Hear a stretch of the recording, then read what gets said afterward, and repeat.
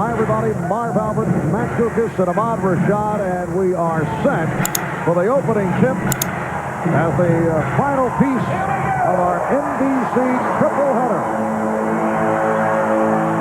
The officials, Ed T. Rush, Bob Delaney, Ron Garrison, Alonzo Mourning, and Will Perdue will go on the tip. In game one here Friday night, the Bulls winning in overtime, propelled by another remarkable performance by Michael Jordan with 48 points in his 47 minutes of play. Jordan to the crossover. Here's Scottie Pippen, who was not able to get into it the other night because of early foul trouble. Well, from talking to everybody, including Michael Jordan, he's saying that don't look for another 48-point performance from him. He's going to try to get more people involved. He knows that's how the Chicago Bulls can be an effective team. They go to the double on Mourning. David Wingate was challenged to take that shot, and it's rebounded by Mourning. The whistle away from the ball, the call made by Ed T. Rush, and it's on Will Perdue as we take a look at the starting lineups for the Bulls. Pippen, Kukoc, Perdue up front, Armstrong and Jordan at the guards, Johnson, Wingate, Mourning, Bogues, and Hawkins. And Wingate with it, being watched by Pippen. Here's Hersey Hawkins, who's bothered by a sore knee, but said he's all right. Here's Bogues, also trying to come back from an injury hit last couple of weeks. Muggsy Bogues bothered by a deep bone bruise in his left leg. An aggressive move there by Muggsy, who was left open time and time again coming down the stretch of the fourth quarter and just couldn't deliver, in particular that runner where he had the game on the line. Muggsy had 4 of the Hornets' last 8 shots and missed all 4. Hawkins for 3. Mourning on the board. He lost the grip. The save by Perdue, but kept alive by Wingate. Time of possession at this end of the floor is unbelievable. Hawkins, Johnson, handling it for the first time. Coming off a 6 for 18 in game number 1. Forced the shot. And this is the player on the Hornets the Bulls are most concerned about. They want to keep him from getting off. Now the Bulls regrouping. Yes. So the Bulls off 2 or 4-0 strong. Very quick lightning type move by Michael Jordan before any kind of double team could come. So he's still going to look to assert himself offensively. And we'll see how Alan Briscoe plays it. He went with the big lineup, which gave the Bulls all kinds of trouble in game 1. Larry Johnson able to handle the boards. And a delay of game call against Charlotte. And keep in mind, the Charlotte Hornets are the worst offensive rebounding team in the league over the regular season, already with 3 offensive rebounds here this evening. Make that 5 offensive rebounds, and they had 18 in game 1. Kukoc leading Pippen. Mourning with the rebound. Wingate running the floor. Wingate trying to go all the way. Well, Michael Jordan in the triangle offense in the post, very effective. They started that in that Cleveland game a few weeks ago, where that will create opportunities for other people and keep Michael from shooting early perimeter jump shots. That time he just made the quick drop step turn on Hersey Hawkins. At the other end, Hersey Hawkins is going to look to assert himself more offensively to keep Michael Jordan busy. Larry Johnson called for an offensive foul to give the ball back to Chicago. Pippen through the foul. Yes, and it counts. Beautiful ball fake by Pippen. He had Mourning in the air, and now Pippen will go to the line. Well, I say they want to go at Larry Johnson at both ends of the floor. They won't mind this, though, getting this fella in foul trouble. Alonzo Mourning, who had an outstanding game in game 1 with 7 blocked shots and very active around the basket and very effective inside. The problem, however, was Alonzo started to drift and got a little happy with the 3-point shot. Yes, that's the downside. He actually apologized for it after the game. Hawkins off the good setup from Bogues. Shot selection is the question with the Charlotte Hornets big men. Alonzo Mourning and Larry Johnson. Michael Jordan not able to hit, but Tony Kukoc keeping it alive. Michael Jordan returning to his roots here today. He's just 130 miles from the campus at Chapel Hill. Kukoc splitting through, and he drew the foul. Well, Phil Jackson not going to be happy with, after a free throw situation, Muggsy Bogues going coast to coast, as B.J. Armstrong couldn't keep him in front of him. And once Muggsy gets into the lane, it's too hard to find. Even though he's going to be in the tall trees there, he's so low to the ground, he can find the openings, and he made a nice feed to Hersey Hawkins. Foul on Wingate, putting Kukoc at the line. Tony Kukoc, a native of Croatia, seems to have settled down. Wasn't playing his usual game when Michael Jordan first made his return, but they have blended in recent games. 3 minutes have gone by in this first quarter. The Bulls with a 9-4 lead. Johnson posting up. Here's Larry Johnson swinging in. Well, Scottie Pippen knew Kukoc was in trouble. He started coming, but once Larry was in that twirling type of situation, nobody could catch up with him, just overpowering Kukoc, Pippen, and Purdue inside. Jordan throwing the double team. Purdue with the recovery. Johnson on the steal. Johnson for Bogues.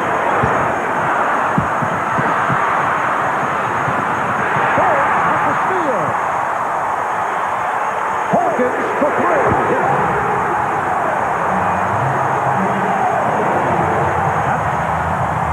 That's what I mean about Muggsy Bogues being so low to the ground, you don't know if there. Will Purdue made the mistake of starting to put the ball down, and Muggsy picked him clean. The game tied at 9. 7 offensive rebounds by the Hornets. Here's Armstrong, and the Bulls lead 11-9.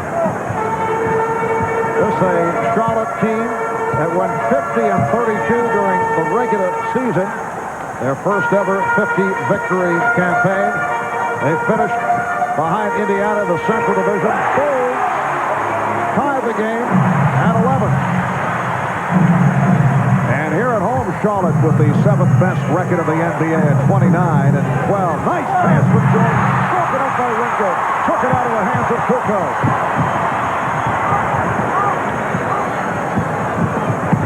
Had it batted away by Jordan. This is the way Muggsy Bogues wants to play. He wants his team to get out and run at every opportunity. The other night in the fourth quarter, Muggsy was left with these kind of shots time and time again. Couldn't knock them down when it would have meant a victory in game 1. This had made him feel very good. Timeout called with 5 minutes gone by in the first quarter. The NBA on NBC is brought to you by Miller Lite Ice. Ice brewed for the taste that goes all out when you're out. The night is young. By Castrol GTX, engineered for greater protection against breakdown. And by Gatorade Thirst Quencher, who reminds you that sweat loves company. Life's a sport. Drink it up. Well, guards are aware of Muggsy Bogues being around because he's so dangerous, but big people don't see him, don't feel him, and that's when he can pick you clean and get into the teeth of the defense and then kick out for open shots like that. Fast start here in the early going with 5 minutes gone by of the Hornets, and the Bulls tied at 11. Charlotte doing it off the offensive board. 7 offensive rebounds the first 5 minutes. David Wingate going too strong and rebounded by Will Purdue. Scottie Pippen being played by David Wingate. Tony Kukoc posting Larry Johnson. And here's B.J. Armstrong trying the 3. Kukoc with the rebound. Michael Jordan for 3. Pippen with the save, and he called for time. Scottie Pippen successfully taking the 22nd timeout. Well, after a second chance opportunity by the Bulls, Michael Jordan with a quick shot with 20 seconds on the shot clock, but Scottie Pippen chasing down that loose offensive rebound to hang in the air just long enough to let the referee know he wanted to stop it. Let's check in with Ahmad Rashad. Ahmad? All right, Marv, as you mentioned earlier, Muggsy Bogues had injured his left knee as a bone bruise in the back of his left knee about 3 weeks ago. He told me that the first time he ran was last Thursday. And on Friday night in Game 1, that it really affected his rhythm. He couldn't get his legs up under his shot, and it really got worse as the game wore on. The knee got progressively worse, so we'll have to keep an eye on that as the game goes. Mark? All right, Ahmad. And Muggsy Bogues matched up defensively against B.J. Armstrong. Hand-checking foul on Hersey Hawkins. Several of the Charlotte Hornets complaining after game one that Michael was getting the calls the other night. And this is one of the minor adjustments that the Charlotte Hornets want to make. They want to get up into Michael and get closer to him, force him to the baseline, which is unusual. Most teams want to make him go to the middle where they get help, and Hersey Hawkins with the touch foul. Here's Pippen. Rebound Jordan. Bulls 13, Hornets 11. It's been an offensive rebounding frenzy for both teams. Charlotte already with 7 of them, now Chicago with 4. Michael 2 of 4. He has 4 points. Just under 6 minutes left in this first quarter. Larry Johnson going down low effectively. Well, good spacing by the Hornets, and Pippen just a little bit tentative there, not coming quick enough to help Tony Kukoc. Tony can't handle Larry inside. Oh, Will Perdue flying for the stop. Good cut by Will Perdue off the ball as Alonzo Mourning was sensing that Michael was going to get into something, came over to double team, and nobody plugged the lane from behind. First field goal for Perdue, who played only 16 minutes the other night, 0 for 4. Get the idea Michael Jordan is more comfortable with Perdue. David Wingate. And the game is tied at 15, although Phil Jackson went for a good portion of the game on Friday with Luke Longley. Well, Michael Jordan not able to get too much going on the perimeter, starts wandering around the basket. Hersey Hawkins doesn't get a body on him and gets up for the offensive rebound, and then a perfect feed to Will Perdue, slicing in from the weak side. Nobody helping around the basket area for Charlotte.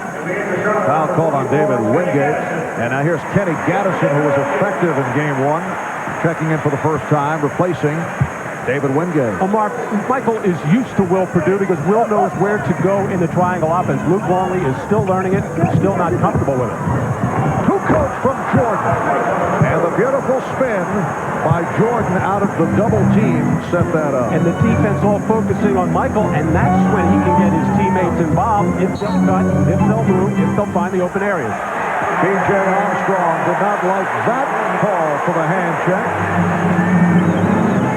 All the defense focusing on Michael Jordan. He spins out of trouble, leaves his feet, but he's capable of doing it. And with the good vision, and Tony Kukoc, who has really improved in this area as the regular season was winding down, finding those openings and receiving from Michael Jordan. Pippen stepping out for the steal. Pippen trying to dump it off. Bogues with the intercept. Muggsy running the floor. Sets it up for Hawkins for 3. And back come the Bulls. Here's Jordan. Here's Kukoc. Took it all the way. Michael Jordan soaring for the stop. And the Bulls lead 19-15. Jordan looking for the steal. Hawkins for 3. Open shots for Hersey Hawkins. 4 minutes to go in this first quarter. Kukoc rejected by Hawkins. Whoa! Here's Bogues on a 3-on-2. Johnson and Hawkins. Exciting end-to-end basketball. The Bulls with a 19-17 lead, and Phil Jackson calling for time. Well, this is the way that both of these teams' players want to play basketball. After turnovers, after rebounds, get out and run. Here they throw ahead to Michael Jordan. Everybody out of the way as Michael goes up and throws it down, and then Kukoc sent in for a fast break, and Hersey Hawkins coming out of nowhere. I don't think Tony Kukoc saw him coming. And then Muggsy Bogues, what a frightening feeling that is when that little butterfly running at you as they execute the fast break beautifully.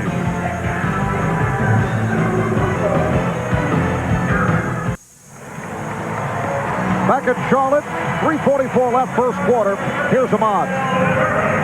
All right, Mark. Howard, in that last timeout, the Chicago Bulls were very upset with Charlotte getting too many offensive rebounds. They want to try to limit the Hornets to one shot.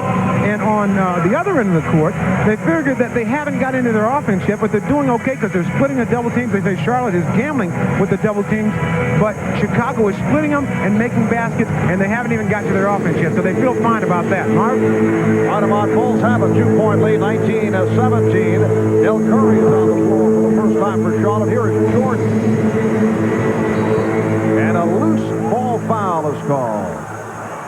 It's against the Hornets. It's on Curry. Luke Longley replacing Will Perdue. The foul on Curry, putting the Hornets over the limit. There is Luke. Played a career-high 37 minutes. Game one on Friday. 6 of 12 from the field, 14 points. How about the Boston Celtics over the Orlando Magic to tie that series at 1? And in the game that preceded us, Phoenix defeated Portland 103-94. Charles Barkley with 25 points, and we will hear from him at halftime. The Prudential halftime report. AC Green, 20 points, 15 rebounds. The Boston Celtics following up on that Cleveland Cavalier surprise victory over the New York Knicks yesterday at Madison Square Garden. Lonzo Mourning very quiet in his first play. His first field goal. The Bulls lead 21-19. The initial part of that play, they ran Del Curry off 3 screens. They want to make Michael Jordan work at the defensive end as much as possible.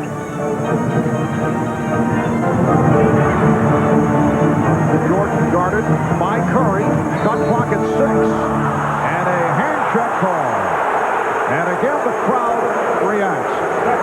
This is one of the problems you have when you tell guys like Hersey Hawkins and Del Curry, we want you to get up on Michael. Be tougher with him. Get up in his chest. Make him be a driver. Well, he will be a driver.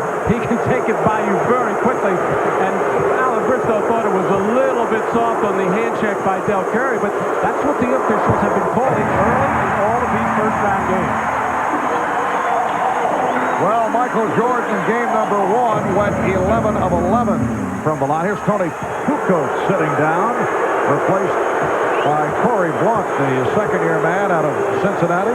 Michael Jordan has always been at his best in the playoffs, averaging 35 points for his career in playoff competition and shooting better than 50%. He has 7 points, 3 assists here in the first quarter. The Bulls lead by 3.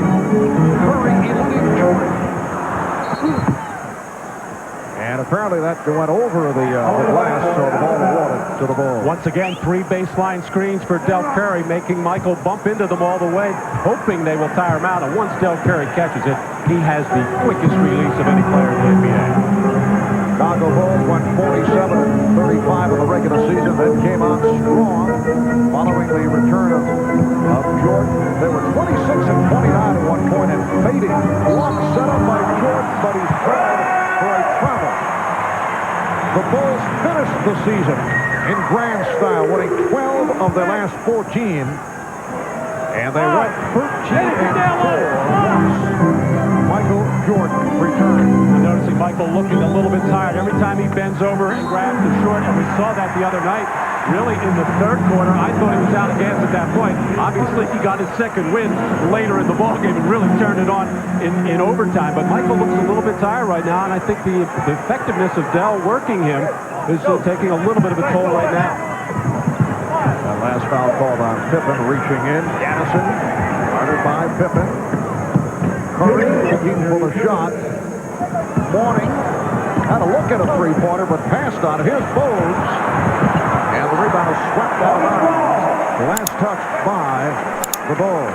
So Bogues now 1 of 4 from the field. Over the last 16 games entering the playoffs, Chicago, along with San Antonio, the 2 hottest teams in the league. You see Charlotte dropped off, record of 9-7. They had some injuries the last couple of weeks. Curry, rebound, Addison, rechecked it, and fouled. Well, one of the reasons why the Bulls gave up so many offensive rebounds in the first game is because Scottie Pippen's minutes were limited to just 27 with all the foul problems. He is the best rebounder on the Chicago Bulls. He's in there right now, but Kenny Gaddison and Larry Johnson and Alonzo Mourning really working hard inside. And this is what the problem I think the Bulls are going to have throughout this series, and if they move on to the next series, not being able to control the defensive board. They just do not have the bulk, the people that they used to have before, Horace Grant, Scott Williams, Bill Cartwright. They miss those players sorely. Now Bill Weddington replacing Corey Blunt. A cameo for Corey Blunt. Kenny Gaddison, who was at the free throw line, played an important role the other night. 9.7 rebounds. He was the guy who was made a miraculous and speedy recovery from neck surgery. It was thought that his career was over. Amazing comeback. He worked very, very hard. Never really gave up, but I think he amazed everybody in basketball with the quick recovery that he has made. Interesting lineup for the Charlotte Hornets right now with Muggsy Bogues getting a rest. In effect, Larry Johnson will handle the ball almost as a point forward with Del Curry and Darren Hancock on the wings. Darren Hancock checking in a moment ago. That foul was called on Gaddison. And with the Hornets over the limit, Pippen to the line.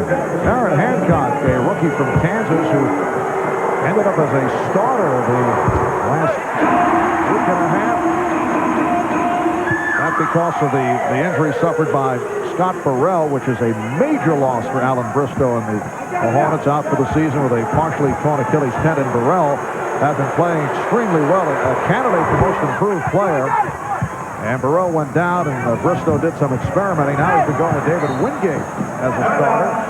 Johnson could not find anyone, and rather than take a gamble on the inbounds, he took the timeout. It's a 20-second timeout. Well, the Bulls and Phil Jackson taking advantage right away with Muggsy Bogues out, knowing that no true ball handler out on the floor for for Charlotte. The Bulls go into their full court press to see how they'll handle it. Wise move, and you saw right away how disorganized Charlotte was because they're not used to playing this way. They tried it a little bit in practice. Allen is gambling a bit, going with a big front line against the quicker Chicago Bulls, but this is something that he has to do right now, and so far he's been successful as far as the rebounding is concerned. And he's staying with Johnson as the ball handler because he does not have the confidence that Michael Adams, who has had an injury-hit year and is still having difficulties. He had a calf injury, so he's not going with Adams, and is not going with the other guard, Rick Sutton, who's bothered by a stiff neck but is rest and is available. Instead, Larry Johnson at 6'7", 250 pounds, handling the ball against Scottie Pippen, who is not the man you want to handle the ball against. Pippen nearly stole it. Johnson threw it away. Jordan goes down, 1-2. And a foul on Gaddison. He was called for a trip. Well, a minor adventure for Larry Johnson in just getting the ball over midcourt and then the sigh of relief, and then he relaxed a little bit, and that's when a clever veteran like Scottie Pippen will still come after you, knocks the ball loose, and right away the Charlotte Hornets are out of sync, and Muggsy Bogues will get ready to check back in as Michael Jordan was tripped from behind by Kenny Gaddison. Michael Jordan. Now 2 of 3 from the line. And here comes Muggsy. A very difficult situation for the Hornets because Muggsy is still hurting. And Alan Bristow is forced to play him the additional minutes unless he takes a shot with Michael Adams. Well, he took the shot with Larry Johnson handling the ball. Didn't like what he saw on 2 occasions. Because Muggsy back in there. And Muggsy kind of wore down in that third quarter. He had to go to the bench in game 1, very sore with that bone bruise in the back of his knee. Jordan now 3 of 7. Bogues for Hancock. The Bulls by 1 with 1 minute left in this first quarter. Muggsy Bogues with 5 assists. The steal by Hancock. 2-on-1. Bogues for Hancock. Rebounded by Jordan. Armstrong. Curry with a reach-in foul. So Del Curry, or is it Muggsy Bogues? Apparently Bogues is hit with the call. That's his first. Oh, Muggsy has been sharp in fast break opportunities in the first game and a quarter as he finds Darren Hancock flying in on the right wing, and that's what he does best. Run the floor and finish there. Muggsy trying to reach in. prevent the play made by B.J. Armstrong. Bugsy not happy with it. Thought he got all ball. And, of course, this crowd of over 23,000 agrees with Muggsy Bogues. Armstrong, an 88% free throw shooter. One of the better foul shooters in the league. Chicago, the 9 of 12 at the line. Charlotte has gone to the line only twice. Michael sitting down, 8 points, 3 of 7 from the field. Only 2 of 4 at the line, 3 assists for Jordan. But Pete Myers has come on for Michael Jordan. Bulls 26 and the Hornets 23. Down to 35 seconds to go in this opening quarter. And the foul called on the ball.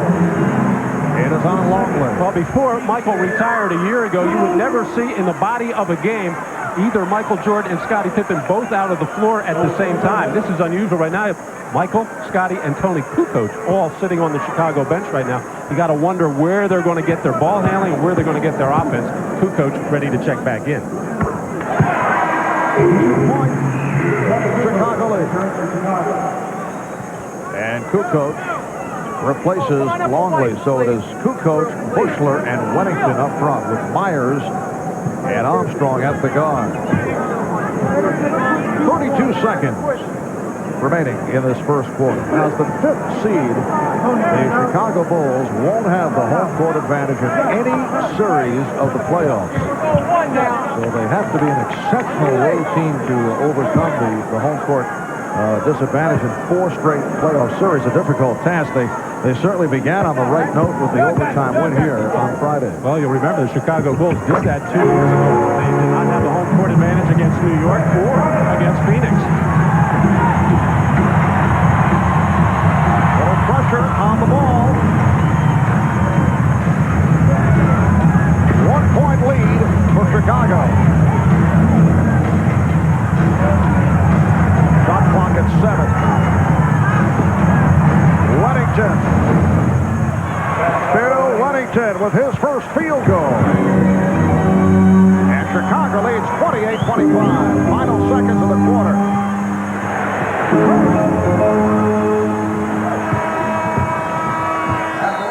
After 1 at the high, the Bulls lead by 3.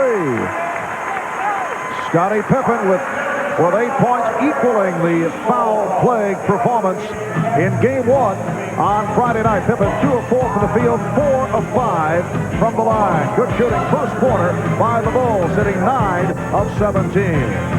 We'll be back right after these words.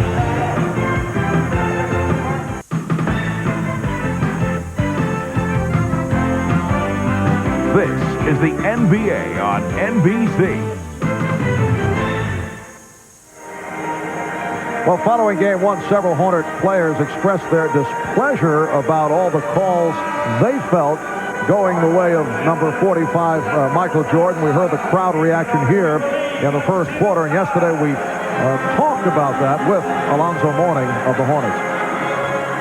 It was obvious, I mean, even to people that didn't even understand basketball, that a lot of the favoritism was shown to Michael in that game, you know, and I mean, hey, he's the marquee player. People wanted to see him, you know, but I really feel that, you know, when you have, you know, the referees calling a lot of calls that are pretty much in his favor, you're automatically at a disadvantage, you know, to a certain extent. You know, I'm not pointing a finger at all, you know, because we still had, regardless of what the officials were calling, we still had plenty of opportunities to win that ball game.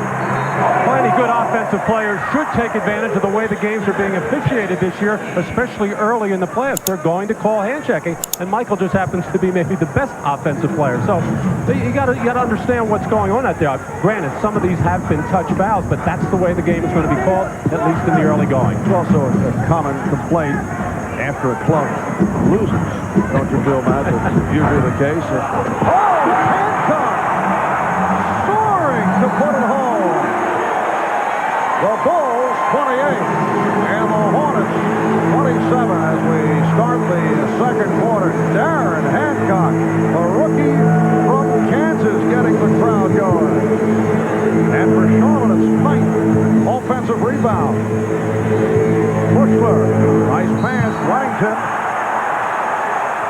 offensive foul as Weddington try to make the move on Gaddison. Well, Darren Hancock has the live body and the fresh legs. Timed that beautifully, and you may wonder why that was not a technical foul for hanging on the rim. The officials ruled that he was in a little bit of danger there with some bodies under him, but perfect timing by Darren Hancock to finish off that play. That we were speculating that Alan Bristow would go to Michael Adams, and he has here at the start of the second quarter, though Adams physically is still not right and hurt good portion of the year. That will count and the foul. Del Curry getting the roll, and he'll go to the line. Well, Del Curry, known for his perimeter shooting and the quick release. You don't expect him to put the ball on the floor and drive. That's why you want to get up in his chest and force him to do that. That's exactly what B.J. Armstrong did. He just did not get the help from his teammates as Alan Bristow is looking for field goals anywhere he can get them. Ahmad Rashad was telling us before the game, he talked with Michael Adams, and Michael said, only in an emergency situation will I go out there, and I can think Allen feels that right now. He's got to get a breather for Muggsy Bogues, but I don't expect Adams to play that long. Weddington on the foul, leading to the three-point play by Curry. Adams still recovering from a calf injury. Played only 29 games during the regular season. Did not play at all in game one. He is matched with Steve Kerr just came on. Curry tried to steal, but stepped out of bounds. All right, let's check in with Ahmad. All right, Marv, during that the quarter break, I talked to Coach Johnny Bach. He said what they wanted to do in the first quarter was they tried to rest LJ and Muggsy Bogues, but they had trouble getting the ball up the court, so they had to bring Muggsy back in. He said they're satisfied where they are right now. They didn't want Chicago to have a high-scoring first quarter. They wanted to keep them around 25 points, and that's where they had him. He said the strategy going into the second quarter was the one to work the ball in inside. Marv? All right, about Johnny Bach, of course, longtime assistant for the Chicago Bulls. Michael Jordan with a whip pass that was deflected out of bounds last time by Charlotte. Johnny Bach ran into Michael Jordan the other day, and Michael said, nice to see you. Johnny said, not so nice to see you. he knows the damage that Michael can do here. Johnny Bach so instrumental in the defensive success over the years on the part of the Chicago Bulls. Kerr coming up short. Curry pumps it down to Adams. Oh, he just can't beat Scottie Pippen. Well, that's how Adams can help the Hornets right now. He just released on that Kerr jump shot, and Scottie Pippen made a tough effort, but just couldn't get there.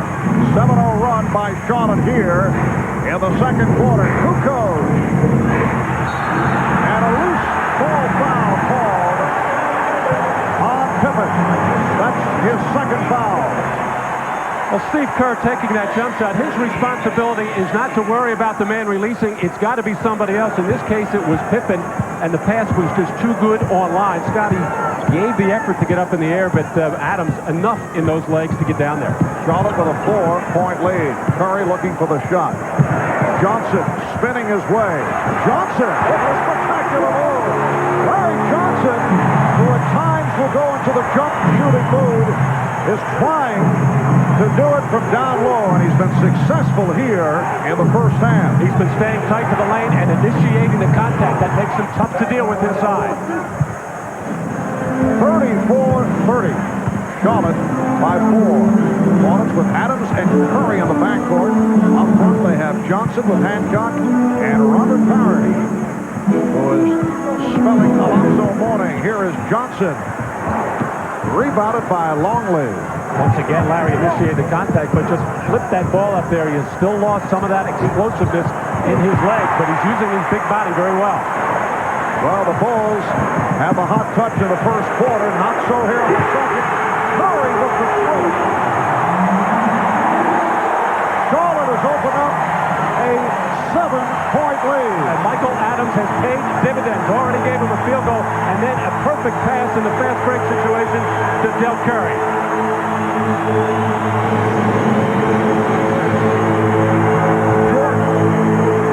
Yes, nice move off the fake by Michael Jordan, being played by the 6'7" Darren Hancock. Jordan has 10 points. And those are the kinds of field goals that Michael was hitting in game one. That's that quick dribble up in the air before the defender can do anything at all about challenging it.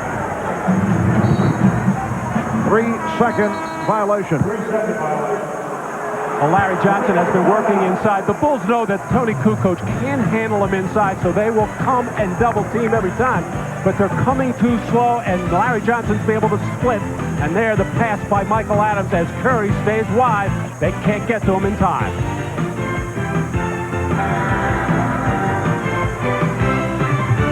Two games Saturday, 3 more on Sunday. The NBA playoffs next weekend.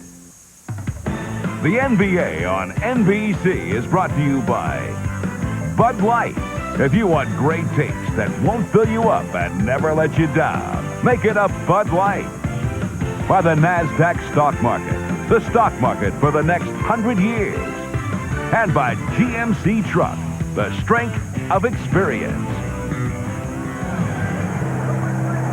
Back at the Coliseum in Charlotte, Marv Albert with Matt Gukas and Ahmad Rashad, better than 23,000 on hand. The 278th consecutive sellout here in Charlotte. And a foul is called. It's on Hancock. He has the assignment on Michael Jordan, has several inches on Jordan. So Alan Bristow giving it a shot with Hancock, who played only 1 minute in Game 1 on Friday. He looks sharp. He looks confident out there. And a tough task, of course, guarding Michael Jordan. I'm sure Johnny Bach warned his team that coming out of that timeout, something for Michael. Jordan thought he saw Kukoc cutting. And it will be Charlotte taking over. And Michael just with a couple of calm words for Tony there, I think instructing him to keep coming, kind of stop and fool Michael by doing that. The Hornets with a 37-32 lead. Larry Johnson has not been looking for the outside shot, and he drew the foul. Foul on Jordan. That's his first. The crowd feels that Michael has been getting the benefit of a lot of little touch fouls, and now happy to see one called on him. You really have to like the aggressiveness of Larry Johnson when he is getting the ball deep in the post, and he is staying in there. I think it's something that the Charlotte coaching staff talked to both Alonzo Mourning and Larry Johnson about. You know, there are going to be times when you have to drift out there when the double teams are effective, but in the body of the game and when we have mismatches, stay in there and power to the basket. Larry Johnson making it back from a very difficult injury mid-season. Last year missed 31 games due to a herniated disc in his lower back, and last season was reduced to taking those long jump shots. 38-32, the Hornets with the lead. Jordan finding Kukoc. So Michael with assist number 5, and it's a 4-point Hornet lead. And that time Kukoc showed up just in time as Mike was hanging in the air. Hancock. Kept alive by Parrish. Adams for 3. And rebounded by Longley. Here comes Kukoc, 3-on-2. Kerr with the pull-up. Steve Kerr with his first field goal. The Hornets 38, the Bulls 36. Amazing Tony Kukoc at 6'11". Excellent ball handler in the middle of the floor. Most of the time makes good decisions on those fast breaks. Larry Johnson drawing a crowd and a foul. Well, Michael Jordan sent baseline, which is very dangerous. He gets into his spin mode, gets in the air, everybody coming to help out, and they find Kukoc. And it was Kukoc called for that foul against Johnson.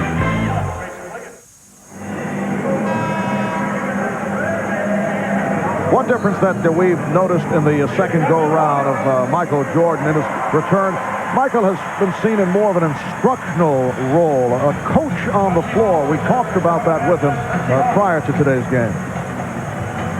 I understand what Phil is trying to implement in terms of the system in the triangle and the understanding of that, especially in the playoffs. I'm trying to relate that to on the basketball court with Luke and with the guys I haven't played with.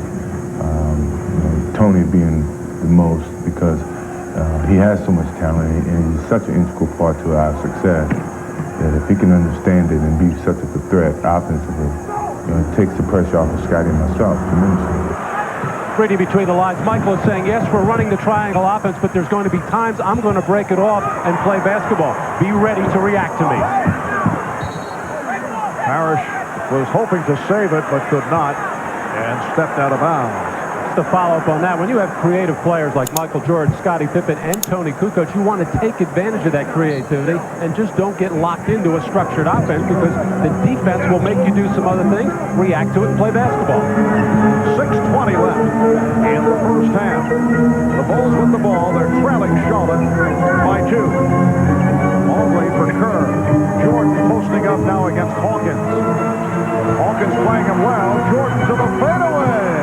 Michael Jordan, 5 of 9, 12 points, and he's tied the game at 38. Michael almost looked shocked that no double team came. He said, heck with it, I'm going to turn and shoot. So Hersey Hawkins is back defending Jordan. They double up on Mourning. Holmes with the shot. And Jordan able to get to it. 4 on 3 developing.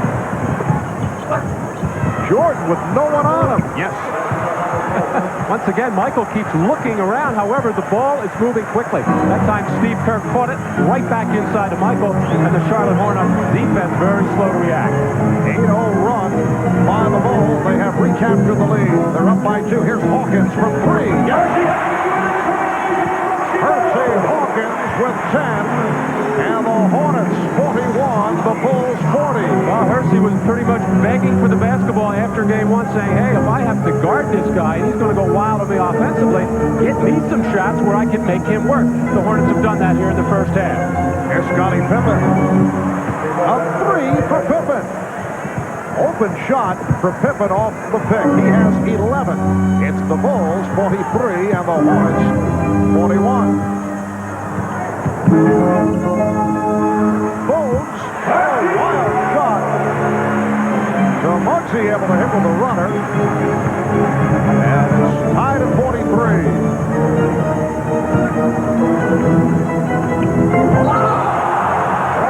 Traveling violation. He was uncertain. He saw Kukoc. He was about to take the shot and then had changed his mind. Well, the quick feed, and Michael looking around for some kind of double team coming. Nobody in any kind of position to come, so he just waited till he got Hersey Hawkins a little bit off balance. And here, hanging in the air, back out to Steve Kerr, right back into Michael, and nobody covering here as Michael turns and gets a good look at the basket. Michael very upset with Longley on that last play for just not catching and taking it strong to the hoop. Good help from Weddington after Mourning beat Longley off the dribble. And the Bulls are going with a combination of Longley and Weddington, along with Pippen up front. And now Myers in the backcourt, a rest for Jordan. Pippen for 3 again. Scottie Pippen with consecutive shots from downtown. He has 14 points. The Bulls by 3, and it's been a hot shooting first half for Chicago. They're just under 59% from the field. While Charlotte at 41. More shot opportunities, though, for the Hornets. Mourning. And he drew the foul. Oh, Scottie Pippen being covered right now by Larry Johnson, and that's a tough cover for Larry out on the floor. Scottie has hit a couple of long jumpers in a row, including this one, setting up, I'm sure, some drives to the basket as Michael Jordan. Very happy to see Michael starting to get the feel.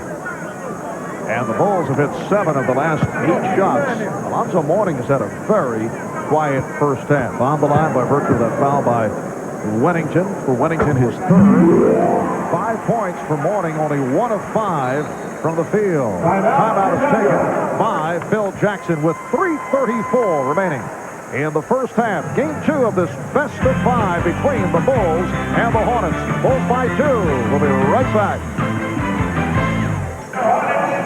In this first half, Charlotte has been featuring Larry Johnson inside, thus Alonzo Mourning not getting involved. Here he gets the kick-out pass, however, and Luke Longley commits the crime here of letting Alonzo Mourning go with his right hand from the perimeter, and Luke is hearing it from Michael Jordan on one side, Scotty on the other, as they are bookending him, giving him all kinds of instructions. Defensive end, offensive end, and Luke says, all right, I understand. You know, you do a very fine Australian accent. Yes. That seems to cover everything. Very well done. 3:34 remaining in the first half. Alonzo Mourning shooting the second of his 2 free throws. The high men of the game are Pippen and Jordan with 14. Hawkins leading Charlotte with 10, and Johnson has 9. Chicago by 1. Pippen gets it down to Kukoc. So it's Longley with Kukoc and Pippen up front. Myers and Armstrong in the backcourt. Kukoc off the dribble. Shot clock at 6. Kukoc facing up. Well, that's not what Phil Jackson had in mind. He wanted to have Tony Kukoc work against Alonzo Mourning, take him out on the floor, face him up, and then drive by. And they don't think Mourning has the lateral movement to stay with Tony Kukoc on the perimeter. Harris trying that backdoor pass, broken up. Muggsy Bogues back on the floor, hobbled by the thigh injury. His defense, Matt, less effective against a club like the Bulls because you see Michael Jordan make his return for Pete Myers. B.J. Armstrong rarely brings the ball up court. So Muggsy can't be as effective as he normally might, and he is the key to Charlotte's running game, but he's hobbling. But still, he means so much to this basketball team in so many different ways. But you bring out a good point, Marv. They take a big part of that away when he can't pressure 90 feet. All right, here comes Pippen. Jordan. Yes. 16 for Michael. An outstanding first half. He's hit 7 of 11 over the Bulls by 3. And that's something that a lot of teams do not do to Muggsy Bogues. That was a transition play, however, but he was matched up against Michael Jordan inside. And let's see what the call is here. It'll be Charlotte ball. No contest in a fast break situation with Michael Jordan bearing down as we get a look at Scottie Pippen trying to get a hold of the ball and call another one of those timeouts, something he did earlier in the first quarter. Apparently the ruling was that Pippen had possession, was out of bounds. So Charlotte able to maintain possession. Shot clock is at 8. Bulls take the opening. Hawkins and a crowd got it off and drew the foul. Percy Hawkins has had an effective first half. He was fouled by Armstrong. In this injury-hit season for the Charlotte Hornets, Percy Hawkins, the only Hornet to appear in all 82 games. And he is facing in the first round of the playoffs his hometown team. He was born and raised in Chicago.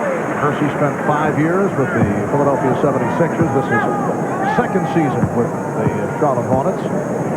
Actually, last year he had trouble adapting to the free-form style. And a lot of people were surprised at that. Even though he played many years with Charles Barkley in Philadelphia, they used to run a little bit of freelance stuff. Although, if you're with Charles, he's going to hold the ball most of the time. Hawkins came up with that steal. Bogues for 3.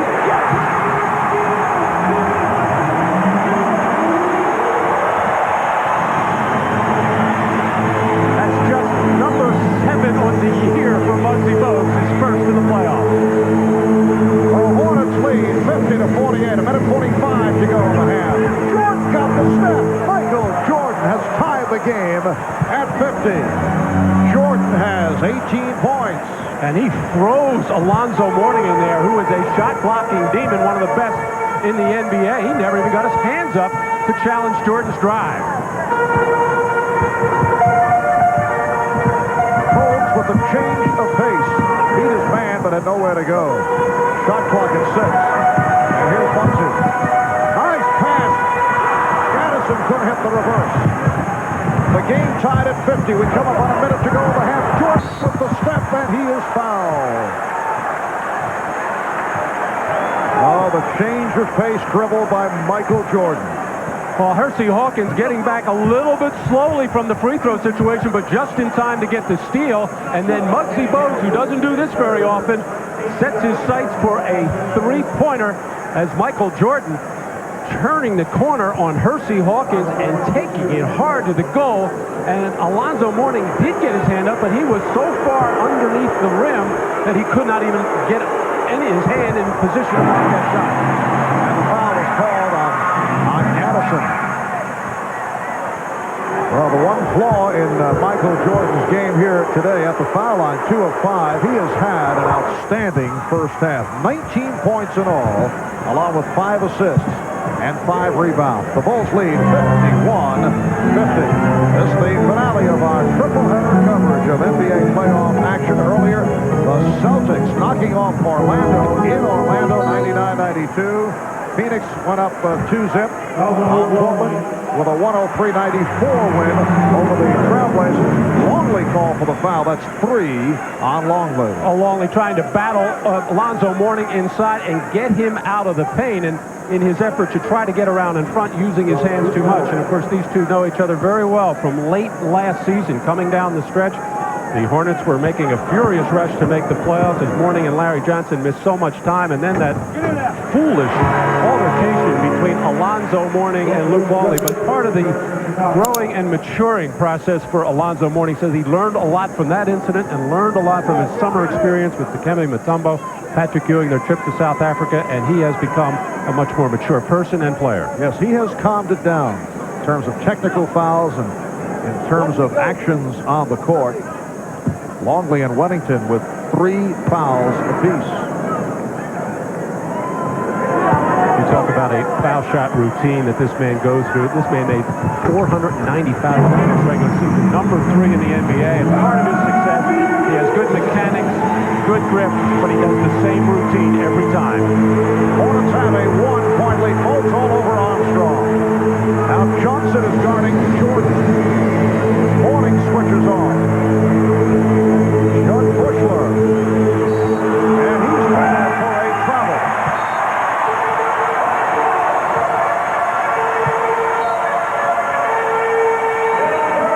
So the ball back to the Hornets with 36 seconds left in this first half. Yeah, it's funny. You tell players, don't jump in the air unless you're going to shoot the basketball. Michael Jordan can jump in the air. He's able to hang there that extra second and a half, and find receivers. Hawkins traveling. Nice fake by Hersey, and then he drags a pivot foot. And Michael Jordan agreeing with that call because Hersey had the shot. Well, he said, no way he could get by me unless he walked with the ball. Got a hot second quarter for the Bulls. They've hit 10 of 15. They've hit 9 of the last 11. But they're trailing by 1. Michael Jordan looking over to Phil Jackson for some kind of call. He's going to say, Michael, keep it. Good. You know what to do. There is a 1-second differential between the game clock and the 24. Pass deflected. Kerr ends up with it and hits. A 3 for Steve Kerr. Final seconds of the half. Here's Bones from Mourning, who fires away. The play by Bushley cut off the angle, cut the vision of Mourning. So at the half, following a frantic second quarter, it's the Bulls with a 53-52 lead. Michael Jordan, 19 points, 5 rebounds, 5 assists. Steve Kerr able to drill it to give Chicago the lead. The Charlotte Hornets led by Hersey Hawkins with 12 points. Now, stay tuned for the Prudential halftime report coming up after these messages.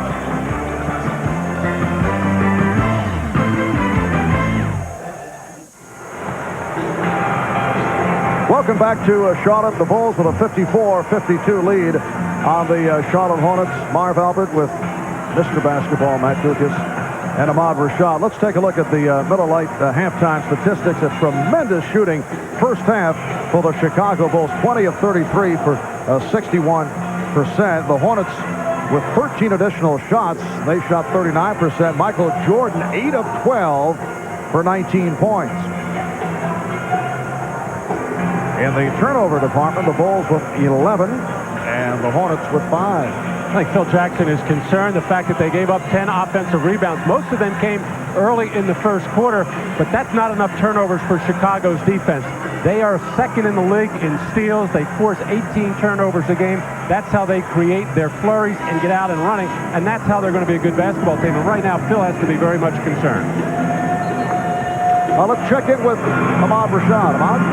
All right, Marv, I talked with members of both teams after that halftime break, and for the Charlotte Hornets, Alan Bristow told me that even though Chicago was shooting 60%, he felt they were playing pretty good defense, and Chicago was hitting a lot of tough shots. What they want to do in the second half is get Alonzo Mourning more involved and definitely pound the ball inside. And for Chicago, Matty, you must have given that halftime speech because they're concerned about the same things that you just said, the defensive boards, the turnovers, and they felt like Charlotte had way too many second shots. Mark? You know, Matt, you really have a feel for this game. I happen to hear what So the Bulls with a 2-point lead. Charlotte in possession as the second half gets underway. That's a rare outside shot for Larry Johnson. Here's Muggsy Bogues. And rebounded by Tony Kukoc. Kukoc with Purdue and Pippen up front, and Jordan and Armstrong at the guard. Alan Bristow with Bogues handling the ball. He has Bogues and Hawkins at the guards. Mourning, Wingate, and Johnson on the front line. Mourning facing the double team. Wingate changed his mind, and it was broken up by Kukoc. Pippen for three. Hit two earlier, and Jordan keeps it alive and pops. Yes. Michael Jordan has had a very impressive ball game. 48 points the other night on the overtime victory. 21 points here today on 9 of 13 shooting, and the Bulls lead 56-52. Well, we've seen a barrage of jump shots in the early going here in the third quarter, and Alonzo's going to line one up. There's nobody comfortable inside with what they're getting, so they're going to launch from outside. Alonzo Mourning does have the good touch, but it does become dangerous, as he admitted when he got a little too three-point shooting happy in game number one. Here's Kukoc for three. Yes. Tony Kukoc from downtown. Kukoc with 9, and the Bulls have a 5-point lead. 59-54. Well, every time the ball goes inside to either Larry Johnson or Alonzo Mourning, there will be a double team, and they'll leave Bogues and Wingate open. They're going to have to make jump shots, but so far, Larry Johnson and Mourning are going to take matters into their own hands from outside. And Alonzo Mourning with 12 points cuts it to a 3-point Chicago lead. Now Jordan around Hawkins, and then lost it. Hawkins off the steal. Wingate with the open shot.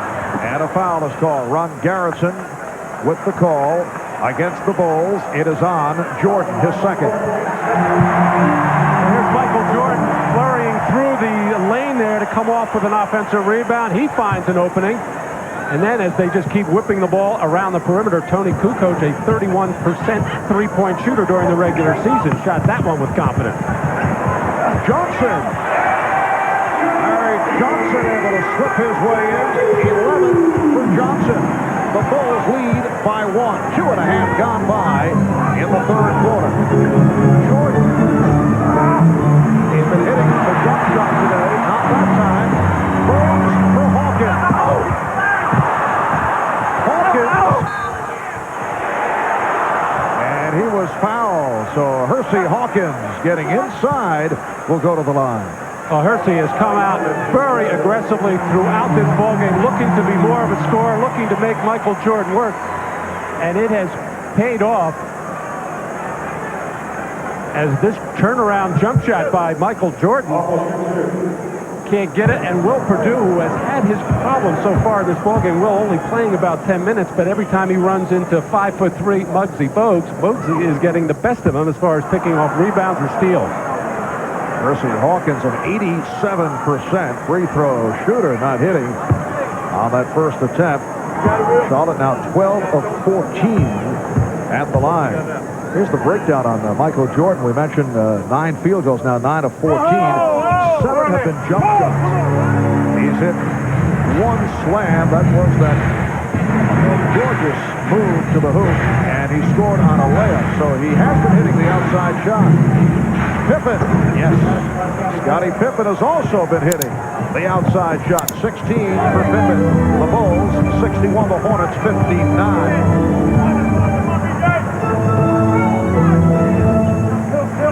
Bulls looking for the cutting Hawkins. David Wingate. Wingate is now 1 for 5. He's had a number of open shots. Open shot for Armstrong. B.J. Armstrong with 6 points, and that was the 6th assist for Michael Jordan. Off good penetration in the transition, made the Charlotte defense collapse and get all packed inside there, and then those quick 2 passes. And it's so much easier to shoot the ball when you get into a rhythm like that instead of having just stand and the whole offense just watching it. And earlier we were talking about the success the Hornets have had here at home, but the alley-oop from Mourning, able to field it, put it away. 3-point Chicago lead. After winning 13 straight here at home during the middle of the season, the Hornets then won only 6 of their last 11 at the Coliseum. So things went the other way in the final weeks. Wingate is called for the foul, and that dates back to mid-March when they blew a 19-point lead to the Washington Bullets. Well, lots of problems there. Then Muggsy Bogues got hurt, and Del Curry was out for 10 games during that time period. And Del Curry, such an important part of their offense, coming off the bench, giving them about 13, 14 points a ball game, and spreading the defense. Michael Jordan has called Tony Kukoc his project, so every opportunity he gets, he wants to make him aware of what's going on offensively and, most importantly, defensively. The chief, Robert Parrish, has checked in, replacing David Wingate. Kukoc has gone to a big club now with both Mourning and Parrish on the floor. Jordan around Hawkins. Jordan to the left hand, rebounded by Mourning. Johnson from Bogues. And handled by Purdue. Bogues with the ball, leading by 3. Pippen for 3. And back come the Hornets. Mourning for Johnson. Spinning. Larry Johnson breaking the running hook. And the Hornets are within 1. Terrific adjustment by Alonzo Mourning. I thought Muggsy gave him the ball too soon, but Alonzo handled it well and made the next pass to Larry Johnson. Al Pippen played on a switch by Hawkins. Johnson tried to cheat over to help. Pippen. The chip was missed by Kukoc, and a loose ball foul on Purdue. Alonzo Mourning running the middle on the break. Muggsy gives it up, and that's a tough place to give a 6'11" player. Larry Johnson gets the field goal, but you still see Larry just cannot explode. A couple of years ago, he would be able to dunk this ball. Now he has to flip him up there.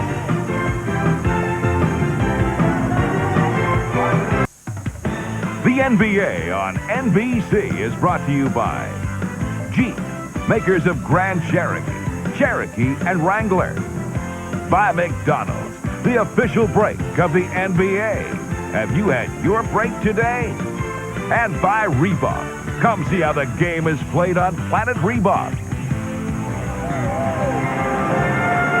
Welcome back to Charlotte, where the Hornets are trying to even up this best-of-5 series at 1-1. Bulls trying to go up 2-zip game 3 in Chicago Tuesday night. If there is a game 4, it'll take place Thursday in Chicago, and then if there's a game 5 back here in Charlotte on Sunday in this best-of-5 series. One other NBA playoff game tonight, the Dikembe Mutombo and his Denver Nuggets, David Robinson and the San Antonio Spurs. That's tonight at 9 Eastern time, and will be seen on TNT. That is later on tonight. 6:45 remaining in the third quarter, and the Bulls lead 64-63. Parrish being played by Kukoc. Johnson for 3. Larry Johnson has added the shot from downtown to his repertoire. That is his first today. He has 16, and the Hornets now lead by 2. It's been a strong game for Larry Johnson. Kukoc off the dribble against Parrish. Kukoc. Rebounded by Hawkins. Well, interesting, the play before that the Hornets felt they had a mismatch with Parrish inside on Kukoc, and at that end, the Bulls clear out for Kukoc, who has a mismatch against Robert Parrish, at least facing him and driving to the basket. Crowd reacting. They thought there should have been a foul called on Purdue making contact with Mourning. Here's Hawkins. Percy Hawkins with 15. Hornets 68. The Bulls 64. Chicago has missed its last 5 shots.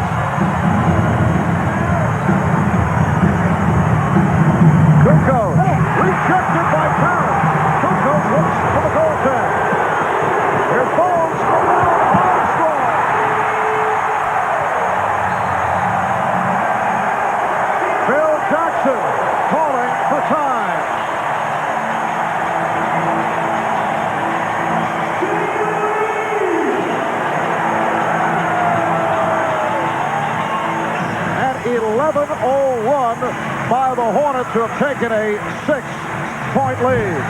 Well, the inside feed to Parrish, quickly outside to Larry Johnson, who made 81 three-pointers during the regular season, feeling much more comfortable here. Hersey almost gets stripped, but gets a step on Michael Jordan. He has been an effective offensive player for Charlotte. And then Robert Parrish paying dividends for the Hornets. Turns away Tony Kukoc here for another fast break opportunity for the Hornets as Muggsy does a beautiful job of spinning on Armstrong to give the Hornets a 6-point lead. Well, coming up here on NBC, following the Bulls and the Hornets, and then following Sequest, it'll be Fred Dreyer returning to NBC as Hunter in a 2-hour world premiere movie. Nice to see Fred back on the network. Hunter used to be a successful regular series on Saturday nights. Fred, a pretty fair defensive end in his days with the Giants and the Rams. Fred Dreyer returning to NBC as Hunter tonight after Sequest. And here is Purdue going way off the mark. Bulls struggling here in the third. They missed their last 6 shots. They're 4 of 14 from the field, while the Hornets have hit their last 5. Pippen with the steal. Armstrong, Wilson, Hawkins with the easily from behind. And Scottie Pippen furious with the referee as Bogues, after he was beaten by Pippen, just held on to Scottie Pippen and right in front of the official and no call. And a loose ball foul against the Hornets. Foul on Mourning. That is his second. 4:40 remaining. In this third quarter, the Hornets with a 70-64 lead. And the Hornets have whipped the Bulls in the fast break department, outscoring them 16-2. And even when the Bulls get the opportunity, they're unable to even get a good shot at the basket. Pippen trapped, picked up on the double team. Jordan. And back comes Bulls. Bulls have missed their last 8 shots. We come up on 4 minutes to go in the third. Mourning guarded by Kukoc. And a travel is called. And Pippen gets the steal and starts the fast break with B.J. Armstrong able to flip it there to start it. But Bogues not only pushes Scottie Pippen out of bounds, but holds on to keep him from getting back into the play. I think the official felt it was a fast break. He didn't want to stop the play, but then on the turnover, and they won it. Well, Jordan got the step, but it was blocked by Mourning. Will Purdue able to hang in, and he'll go to the line. Bulls have been tentative offensively, settling for jump shots. Michael Jordan, realizing that, decides to take it to the goal, but Robert Parrish has been a force inside along with Alonzo Mourning in blocking some shots. Alonzo had 7 in the first game as they are patrolling inside, and it has forced the Bulls to stay on the perimeter. But for Chicago to get themselves going, they're going to have to make something happen at the defensive end. They've been playing too soft, not enough pressure on the ball. Foul by Parrish, putting Purdue at the line. He's only a 58% free throw shooter. 70-65 Hornets. And a foul on Armstrong. 14 fouls against the Bulls. It's B.J. Armstrong, who almost never complains, trying to put some pressure now on Muggsy Bogues, which is next to impossible, saying, hey, it's not a hand check. He didn't put the hand out. He had his arm close to him, made body contact, but felt it should not have been called a hand check. Double team on Mourning. Double up on Parrish. Oh! Yeah! Pass thrown by Bogues. Charlotte in the midst of an 11-1 run. They lead by 5. The Bulls only 4 of 17 from the field in the third after the hot shooting second. Michael Jordan slicing his way, and he drew the foul. That's the 4th team foul on the Hornets. Larry Johnson picks it up. Well, one of the things the Bulls can do with their triangle offense is spread out, start it much further out on the floor, some 24, 25 feet. And when they do that, that will afford some driving opportunities. It looked like it was going to be a screen roll situation. for Michael. He didn't take the screen, just a quick little crossover and drive to the basket. That's the right idea right now for Chicago because they are stagnant. With only 2 points in this third quarter, 1 out of 5 after the good first half. And Jay Armstrong able to hit for Chicago. They had missed 10 straight shots. 70-67 Hornets. So Del Curry is back, teaming with Muggsy Bogues in the backcourt. Curry being guarded by Jordan. Now Jordan on a switch is guarding Johnson down low. Here's Johnson spinning and hitting. Larry Johnson, 8 of 13, 18 points. And it looks like a technical foul has been called. Phil Jackson, a little active on the bench. And apparently has something to say to the official, Ed Rush. Well, during that last timeout coming out, Phil Jackson and some of the Bulls players were really giving it to the referees, not Eddie Rush. And then on this hard spin move by Larry Johnson, in which he got to the basket, Phil Jackson felt it was a traveling violation as Jordan goes for the steal, doesn't get. And maybe he was right, a little shuffle of the feet. Should have been a walking call on Larry Johnson, but made it so quickly and with such power, I don't think the official saw it. Phil doing a little pirouette to show exactly just how he picked him up and laid him down. Scottie Pippen for 3. And Alonzo Mourning with the rebound. It has been all Charlotte here in the third. They lead by 6. Curry on a quick release. Pippen. Jordan to the reverse. It looked like Michael had nowhere to go on a good defensive help by Robert Parrish, but he improvised. Hornets 73 and the Bulls 69. Just under 2 minutes to go in the third quarter. Johnson surrounded. And the rebound handled by Weddington. And a whistle in the backcourt. Larry Johnson trailing the play was called on the foul. Pippen had ideas of attacking the rim, got stopped, finds Michael Jordan, who starts to go up in the air. He sees the long, outstretched arms of Robert Parrish, and only Michael Jordan maybe has that ability to hang just that long, able to control and take it to the other side and use the glass. And Michael saying no foul. He thought Robert Parrish got a piece. And I think that technical by Phil Jackson was part a spontaneous reaction on the walk. But I also think he's trying to get his team going a little bit right now. He knows they're going to have to do something defensively to get some of these flurries and just trying to change the tempo and create a little excitement. And on the subject of defensively, Pete Myers, who does add in that department, will check in this, though, to give Michael Jordan a rest. 23 for Jordan, but only 4 here in the third quarter. Aaron Hancock, who had some good moments in the first half, back on the floor for Charlotte. Hancock, the second-round draft pick, a rookie out of Kansas.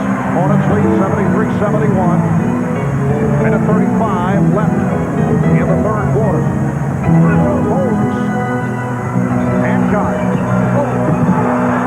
Hancock got fouled up. Mourning. Foul. Alonzo was held by Will Perdue. Well, the Bulls are picking it up defensively, denying passing lanes, overplaying, trying to take charges there as Scottie Pippen getting there late, as the bench of Chicago starting to get into it and appreciating the effort that the Bulls are putting forth defensively right now. This is the first flurry in some time, and then the grab and hold on Alonzo Mourning as he tried to get up to the basket. But Alonzo Mourning, a terrific free throw shooter. And he is 6 for 6 here today. So the Hornets lead 74-71. Game 1 here on Friday night, 1 in overtime by the Bulls. Michael Jordan playing 47 minutes at 48 points. Mourning with a 32-point, 13 rebound game, along with 7 blocked shots. And Mourning has come on in the third quarter after the quiet first half. 16 for Mourning, and the Hornets lead 75-71. 1:15 to go in the third. Pippen being played by Hancock. Armstrong aggressive, and Pippen is shaken up. And Scotty is. He's wincing. I don't know if he got hit in the eye or face area as Hancock trying to break into the passing lane there for the steal, and Scottie Pippen making sure he caught the ball there, and a hit in the face and then a sort of a forearm to the jaw area as Scottie Pippen shaken up. Darren Hancock, guy who plays with a lot of energy and emotion. Last year, he spent a good portion of the season playing abroad in France. He was a second-round draft pick a year ago and was in the starting lineup after Scott Burrell, a very important player on this Hornets squad, went down. Hancock started 7 games. See, since Burrell's injury, last 13 games of the season, he averaged 17 minutes a game. Did a good job, although David Wingate has been the starter in this series. Hornets 75 of the Bulls, 73. Michael Adams is back to provide a rest to Muggsy Bogues. Final minute of the third quarter. Steve Kerr has come on, and he is guarding Adams. They double up on Mourning. Hancock for Curry. And the foul.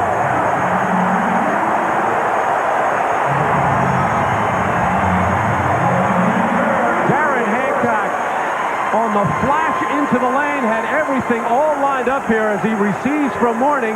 Knew he was in trouble, but knew he had the Chief somewhere around the basket, and the no-look over-the-ear pass of beauty.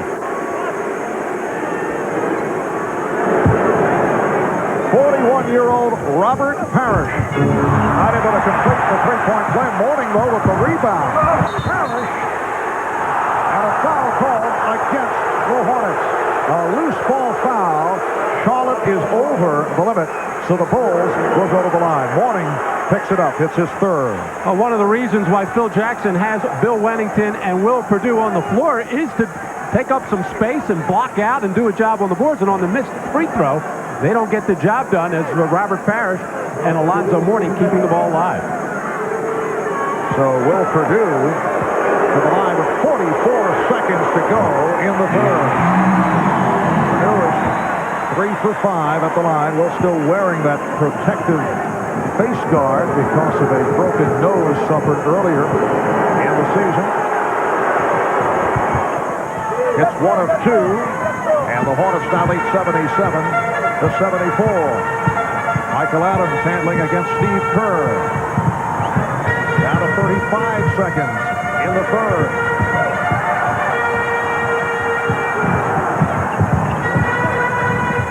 Good defensive sequence by Chicago. A patented fadeaway shot. Robert Parrish with 4 points. Hornets lead by 5. Now 15 seconds to go in the third, and they're on their feet here in the high. Wellington. Final seconds of the third quarter. Curry's pass broken up. And that's the end of the third. It's the Hornets 79. The Bulls 74. See Hancock come away hobbling, trying to work it off. We'll be back after a word from your local station. This copyrighted telecast of the National Basketball Association may not be retransmitted, reproduced, or rebroadcast without the express written consent of the NBA. Welcome back to the Coliseum in Charlotte, North Carolina. Marv Albert with Matt Gukas and Ahmad Rashad. The Hornets outscored the Bulls 27-20 in the third quarter. Chicago only 6 of 21 from the field in the third after the hot shooting second when they converted 11 of 16. Alonzo Mourning with an enormous third quarter, 8 points and 6 rebounds. Myers, as this fourth quarter gets underway, met by Kirk. Crowd wanted a travel on Myers. Michael Jordan sitting it out, getting a rest. Here's Kerr with a rare shot going to the hoop. And a big reason for that good defense in the third quarter and the first play to start the fourth. Robert Parrish just doing an outstanding job patrolling the lane, sensing every opportunity that the Bulls have to score, and he's stepping up.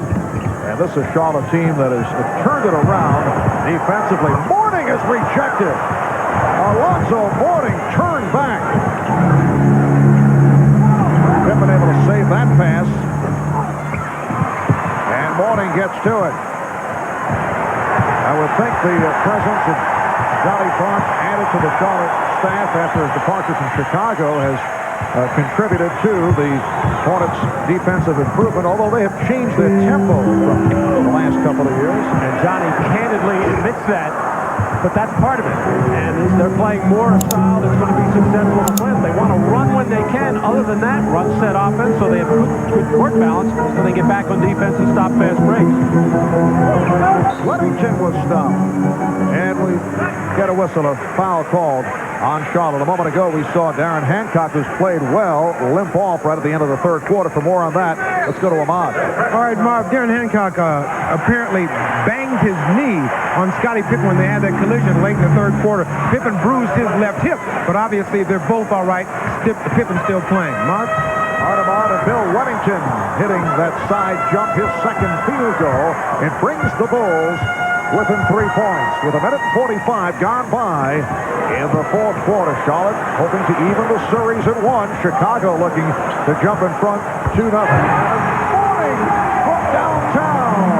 Alonzo Mourning with his first three-pointer of the game. And as Alonzo ran back on defense, he looked over to Alan Bristow. Alan Bristow put the hands up. Now, easy now with the threes.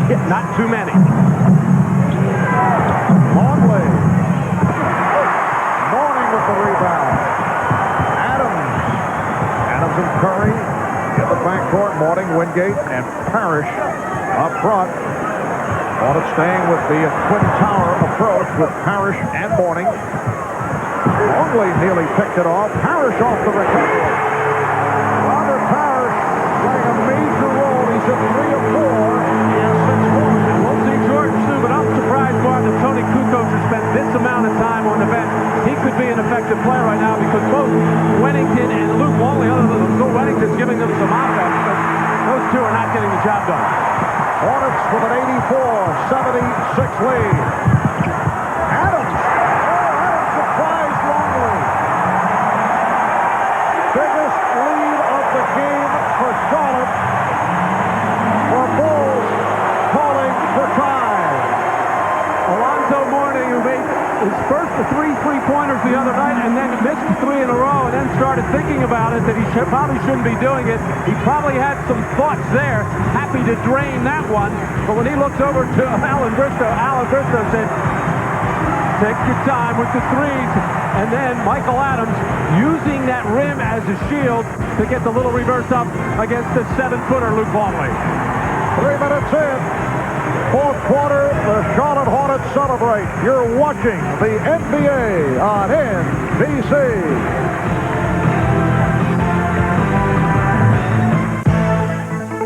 Miller Genuine Draft presents Genuine Moments.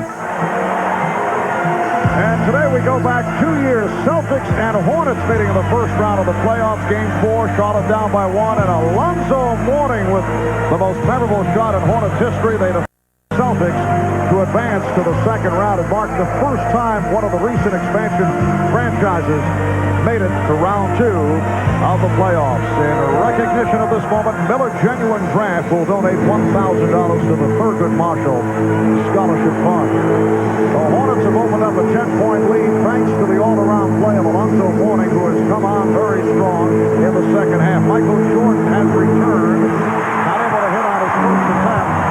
8 minutes and 40 seconds to go in the fourth quarter, and the Chicago shooting, so efficient in the first half, has dropped off. They have struggled in the second half, shooting only 26% in the second half. Jordan trying to break it up. Johnson gets it back out. Shot clock at 2. Curry for 3. He has hit 3 straight from downtown, and the Hornets lead 89-76. And you tell your team to never leave Del Curry alone. Even if you're scrambling double teaming, make sure you rotate to him first. Jordan for 3.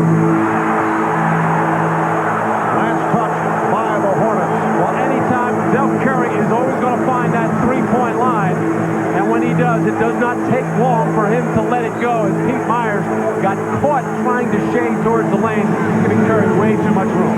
During the regular season, hit a franchise high 153 three-pointers, and a hand check called on Johnson, his fourth. Here's Ahmad Rashad. Ahmad? All right, Marv, during that last time out, the Charlotte Hornets bench, they wanted to continue to pound the ball inside, and when the Chicago defense collapsed in, kick it out to players like Curry. They want to be as disruptive as possible defensively, and they told me they want to try to tire Michael Jordan out by running him off as many screens as possible. Marv? Well, Michael Jordan has not been able to do it offensively in the second half after the sparkling first half. And here in the fourth quarter, the Hornets have outscored the Bulls 10-2. We have 7:20 remaining in the fourth. Curry. Curry, 4 of 8 from the field. The Hornets with a 91-76 lead on the Bulls.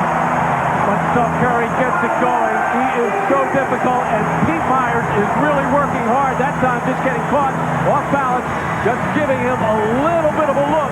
Enough for Del Curry.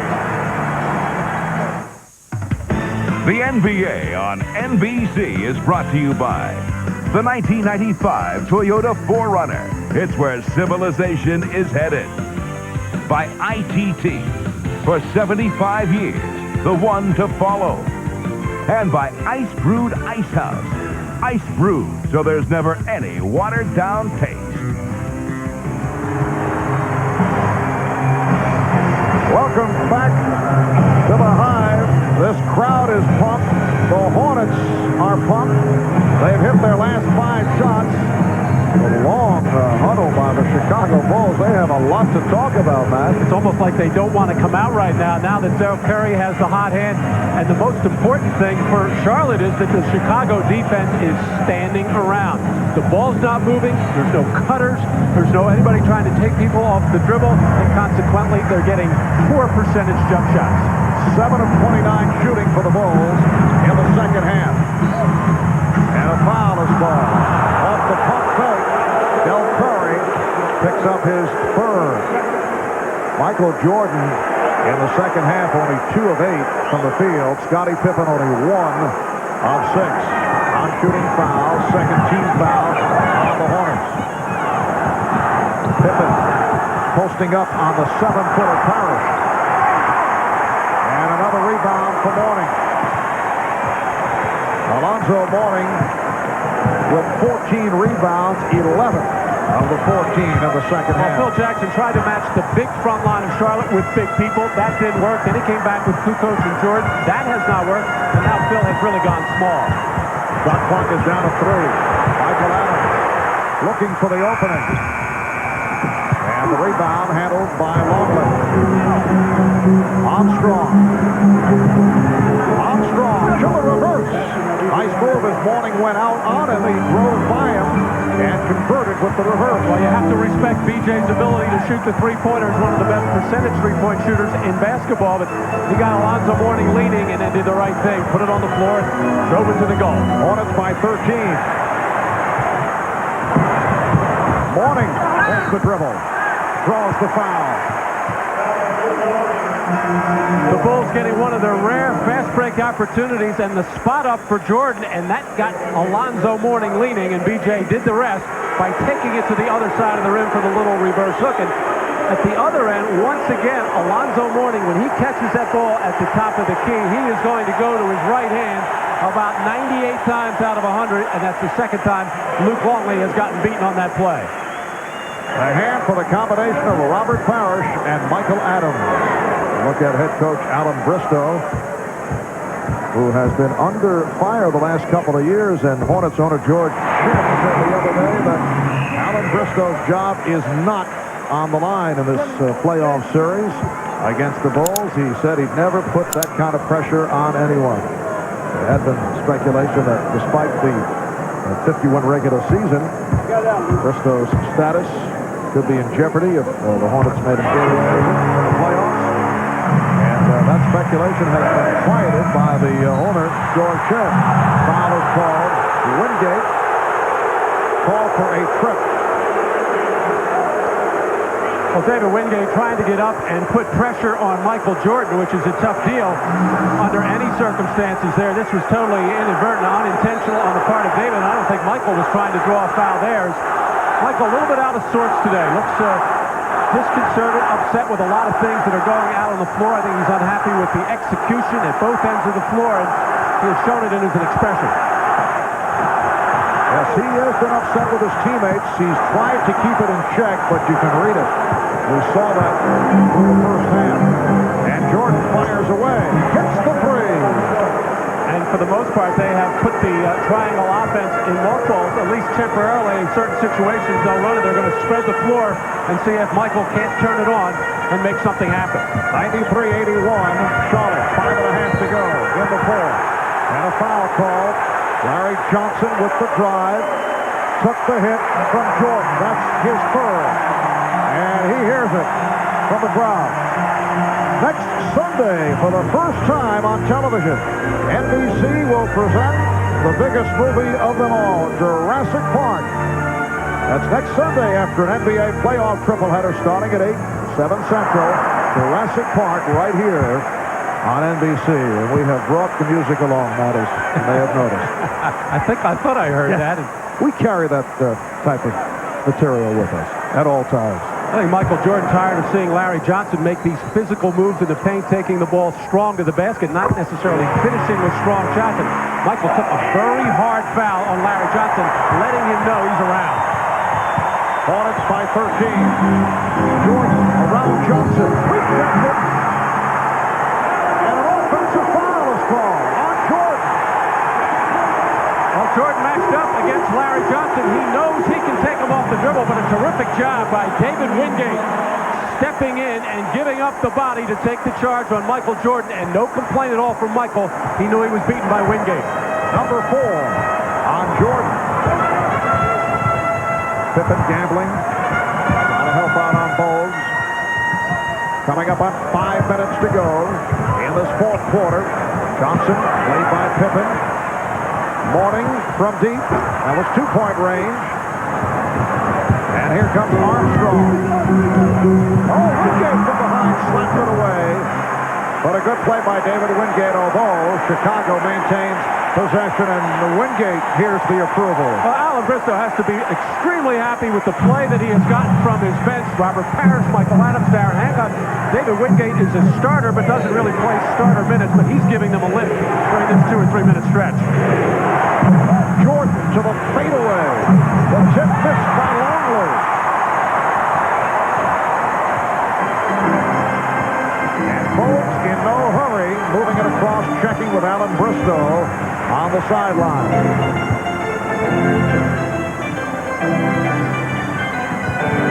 Bowles looking for Johnson. Instead it went to Wingate. Rebound Morning. And could not hold on. So Chicago will get it back. Game 3 of this best of 5 will take place Tuesday night at the United Center in Chicago. Jordan for 3. Yes. The Hornets now lead 94-84 as we come up on 4 minutes remaining in the fourth. Michael Jordan told us before the game he did not want to have to play this way. He wanted to get his teammates involved, but he senses that nothing good is happening for his team. He's going to try to put it all on his shoulders down the stretch. Foul on Armstrong, having some words with Curry.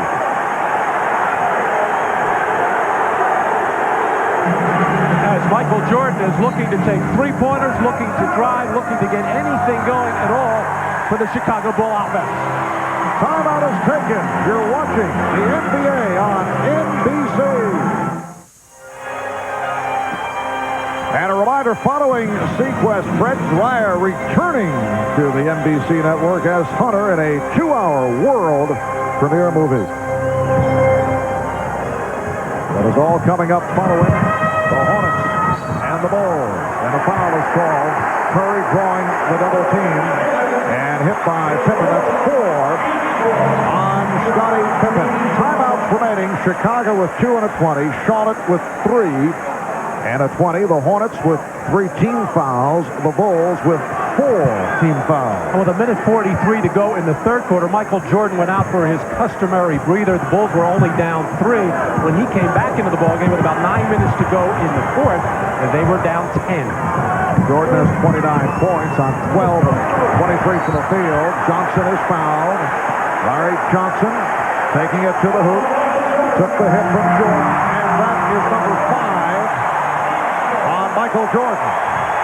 The Chicago Bulls felt very fortunate to win Game 1, especially with Scottie Pippen spending so much time on the bench in foul trouble. Michael Jordan had to come up with a lot of heroics in that overtime. The Hornets missed a lot of open shots down the stretch.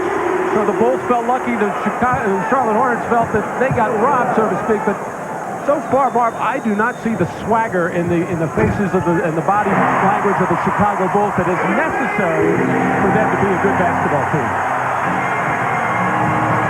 Hornets lead by 12. Jordan firing the 3. So Michael Jordan now going to downtown. He's hit his last 2. He has 32 points. Allowing the Bulls to hang around. Down now 96-87. Hornets at 1 point led by 15. Armstrong with the steal. Armstrong going all the way. Was that a block? Yes, it was. Clean block with Curry and Hawkins getting back. The Bulls starting to make things happen with their defense, getting some opportunities now as B.J. Armstrong ahead of the pack, but both Hersey Hawkins and Del Curry do not give up on the play, chase him down and knock it out. Looked like Hawkins got it, his second block of the game. 11-5 run by the Bulls, who are now down by 9 with 3 minutes and 5 seconds remaining in the fourth.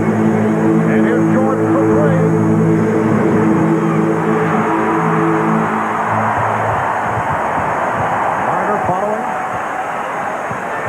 Coverage of the Bulls and the Hornets sequence, and then the return of Hunter right here on NBC. Larry Johnson. Johnson getting inside. Rebound Mourning. Alonzo Mourning, 23 points. Along with 17 rebounds, and then an enormous bucket. The Hornets lead by 11. We're watching the NBA on NBC.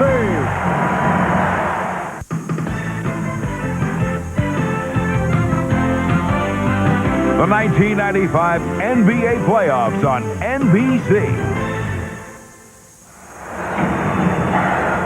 For a team that has been poor all year long, dead last in offensive rebounding, the Charlotte Hornets have really come alive in these first 2 games of this playoff series as Alonzo Mourning having another outstanding ball game. 23 points, just 6 for 15 from the field, but doing it in other areas. Matt, would you say even with the 5:30 p.m. start here in Charlotte, this will be considered as a morning game? Oh, yes, definitely. Armstrong able to hit. And the Hornets now lead 98-89 with 2:20 to go in this fourth quarter. Hornets trying to tie the series at 1. Kerr on the foul. And the Bulls with their 5th team foul, so Bogues to the line. A thankless task, especially for Steve Kerr, who does not have the quickest feet in the world, trying to put pressure in the backcourt on Muggsy Bogues. We saw it earlier in the ballgame. B.J. Armstrong just rushing up against Muggsy. He's an outstanding ball handler, is Muggsy, and so low to the ground, so difficult to do anything with as far as pressing or trapping. So that's something that the Charlotte Hornets do not have to worry about. Hey, really, you have to take your hat off to Larry Johnson coming down the stretch here. He's taken the challenge to defend Michael Jordan one-on-one, and Michael's trying to take it to him. And there should be a mismatch there because Michael has the quickness, but Scottie Pippen has the advantage right now against Hersey Hawkins. Quiet second half for Pippen after the good start. He has 18. Jordan leads the Bulls with 32 points. Lovely. And handled by Pippen. High score for Charlotte Mourning with 23. Three-point attempt by Pippen. And another rebound for Mourning, number 18 for Alonzo. Larry Johnson with 21 points. Hersey Hawkins with a strong game, 15 points. Hornets lead 100-89. A minute 40 to go in this fourth quarter. Johnson with the good one. Muggsy goes. freshman. 13 points along with 7 assists. Hornets by 13. Johnson with the steal. Chased by Jordan. Johnson all the way. And rebounded by Pippen. Oh, Larry Johnson, you know, wanted to do it on both ends against Michael Jordan. Armstrong way off. Right at the top of the backboard, which is in play, but everybody sit around and look. B.J. Armstrong, an outstanding shooter. Nobody could believe that shot was that far off. Alonzo Mourning with 19 rebounds. That is a season high for Alonzo. Here's Bogues. Curry for 3. Johnson is fouled.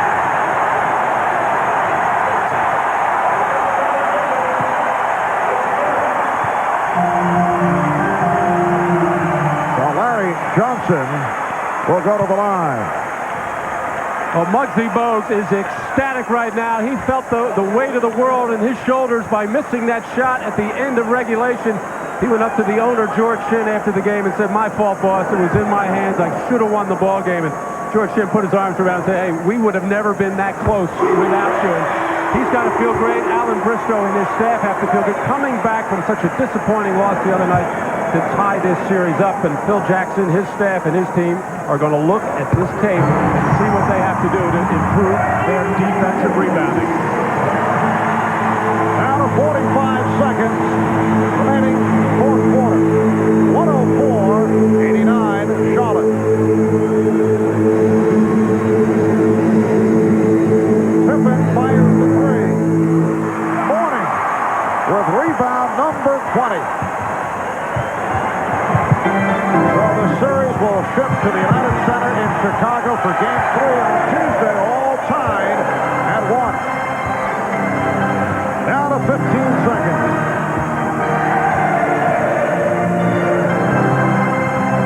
5 on the shot clock. Here's Larry Johnson. Oh, they're loving it here in Charlotte. 106-89. And that is the final score. So the series is tied at 1. Alonzo Mourning with a sensational game to lead the Hornets. We'll be back in Charlotte in a moment. The Chicago Bulls only 12 of 42, 28% shooting in the second half. Michael Jordan with 32. Alonzo Mourning, 23 points, 20 rebounds as the Hornets even the series at 1. So long from Charlotte, North Carolina.